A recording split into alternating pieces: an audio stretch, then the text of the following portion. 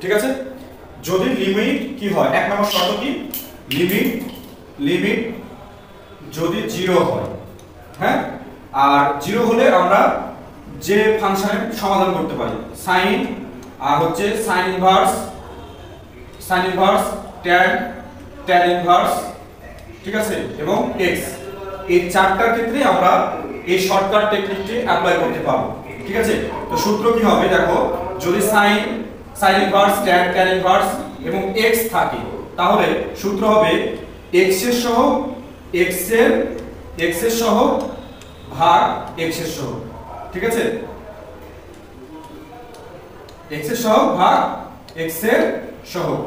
ঠিক আছে, দেখো এক নম্বরে limit sin 3x by x, এখানে কি আছে, লিমিট আমাদের কি 0 আছে না, x টেন্ডস টু 0, তাহলে দেখো যাই থাকুক sin tan যাই থাকুক sin tan এর কোনো কাজ নেই। ঠিক আছে, আমরা x এর সহগটা লিখব, তাহলে এখানে x এর সহগ কত 3, ঠিক আছে, x এর সহগ কত 3, আর নিচের x এর সহগ কত 1, তো নিচে 1 দেওয়ার দরকার আছে, তাহলে কি এটাই অ্যানসার।